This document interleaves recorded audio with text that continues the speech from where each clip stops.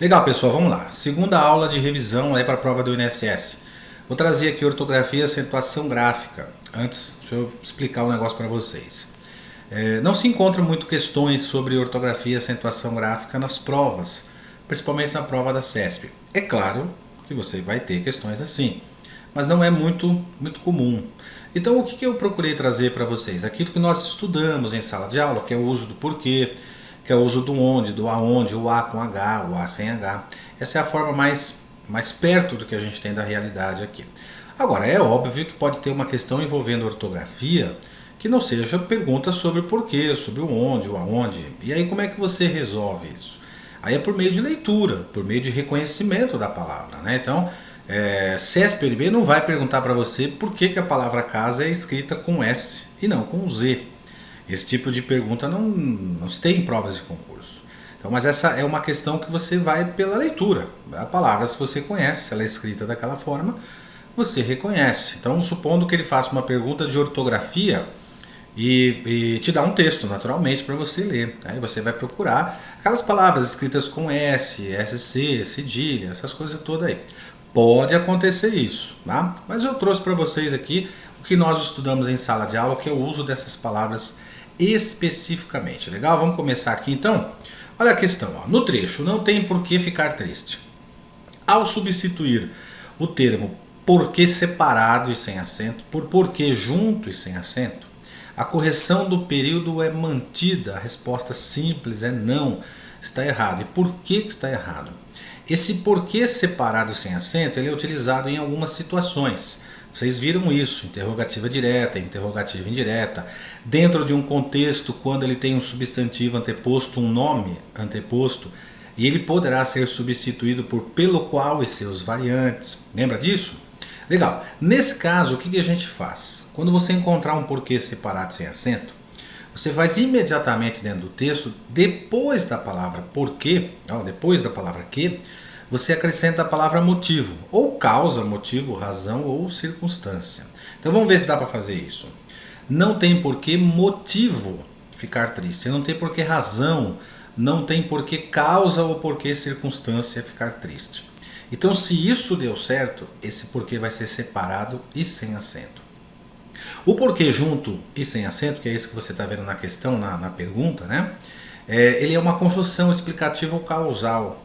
Ele é utilizado para as respostas das interrogativas diretas e indiretas.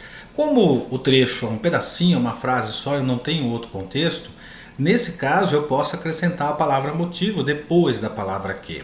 Não tem por que motivo ficar triste. Então deu certo. Se deu certo, esse porquê vai ser grafado dessa forma, separado e sem acento. E não junto e sem acento, porque se trata de uma conjunção causal ou explicativa.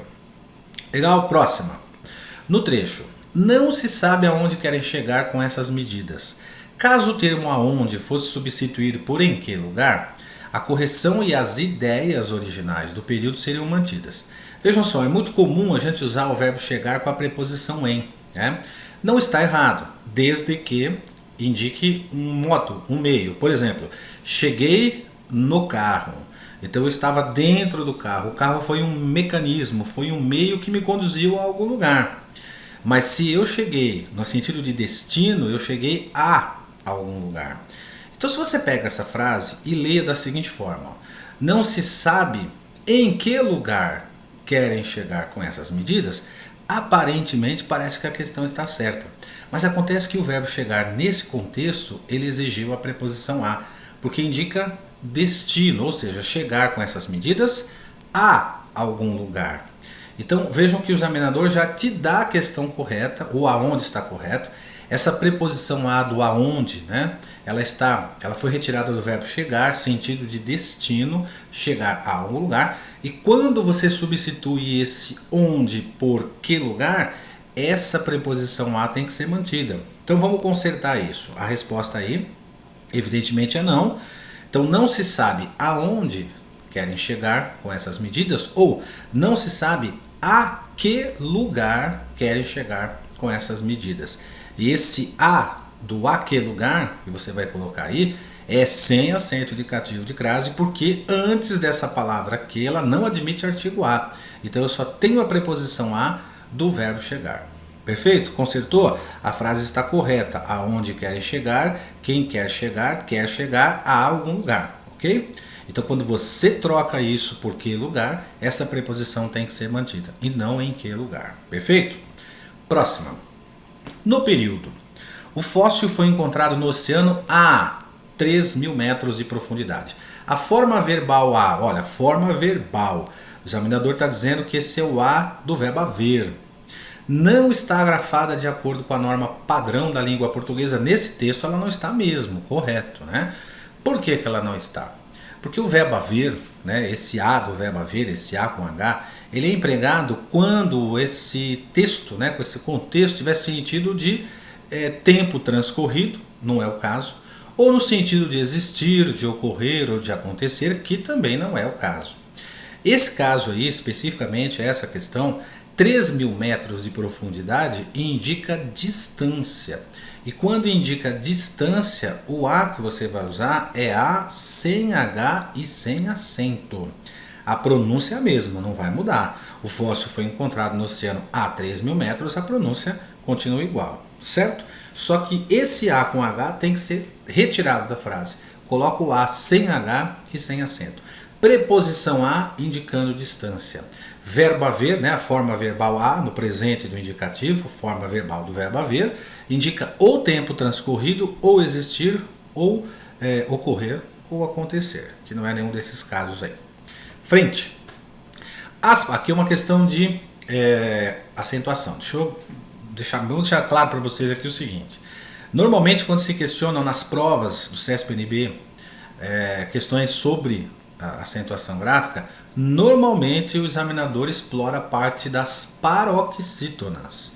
Então se você tiver alguma dúvida com relação à acentuação, quiser repassar aí a acentuação, o que você faz? Estude mais as paroxítonas, porque é onde nós temos mais regras do que as outras. Então normalmente, não estou dizendo que é 100%, tá? Mas normalmente se questionam mais sobre a acentuação gráfica envolvendo as paroxítonas. Olha o caso aí, ó. As palavras contágio, propício, barbárie e história não seguem a mesma regra de acentuação do vocábulo caráter. Típica questão de CESP-NB, né? Não seguem a mesma regra. Então as palavras colocam os acentos corretos e perguntam se seguem a mesma regra. Essas palavras todas, elas são paroxítonas. Só que as palavras contágio, propício, barbárie e história são paroxítonas terminadas por ditongo crescente. Olha lá, contagio, propício, barbarie e história. Já a palavra caráter, ela também é uma paroxítona, caráter, né? A penúltima sílaba é tônica, é forte. Mas ela é uma paroxítona cuja regra é acentuação por outro motivo, não por terminação em ditongo crescente, mas sim por terminação em R. Então eu vou repetir para vocês. A palavra contágio, propício, barbárie e história são paroxítonas terminadas por ditongo crescente. A palavra caráter é uma paroxítona terminada em R, então não segue a mesma regra. Se você quiser estudar acentuação com mais afinco, pode ser que tenha uma questão de acentuação. Normalmente eles vão questionar sobre paroxítonas, tá? Então você dá um enfoque maior aí nas paroxítonas, porque nós temos mais regras. Perfeito? Legal, então aí está correto. Não seguem a mesma regra da acentuação do vocábulo caráter. São regras distintas. Vamos para a próxima aula? Aula 3. Agora a gente vai começar com o emprego de classes de palavras. Classes de palavras, variáveis, invariáveis, artigo, substantivo, adjetivo, pronome, verbo, numeral, advérbio, preposição, conjunção. Aí nós temos, né, e as interjeições também, que não são questionadas. Essas são as classes de palavras. O examinador provavelmente não vai perguntar para você o que é um substantivo ou o que é um adjetivo. Mas é importante você saber a função dessas palavras. Porque há questões, por exemplo, de concordância nominal, que eu tenho que saber achar um substantivo, tenho que saber achar um adjetivo, tenho que saber achar um artigo, um pronome, um numeral. Há questões de concordância verbal, por exemplo, que eu tenho que saber achar o verbo, naturalmente, saber se ele concorda com o núcleo do sujeito, enfim, questões de regência, regência nominal e verbal. Eu tenho que saber achar um substantivo, um adjetivo, um advérbio ou um verbo. Então vejam que essas questões lá na frente, elas vão precisar do conhecimento do emprego de classes de palavras. É a nossa próxima aula, eu te encontro lá.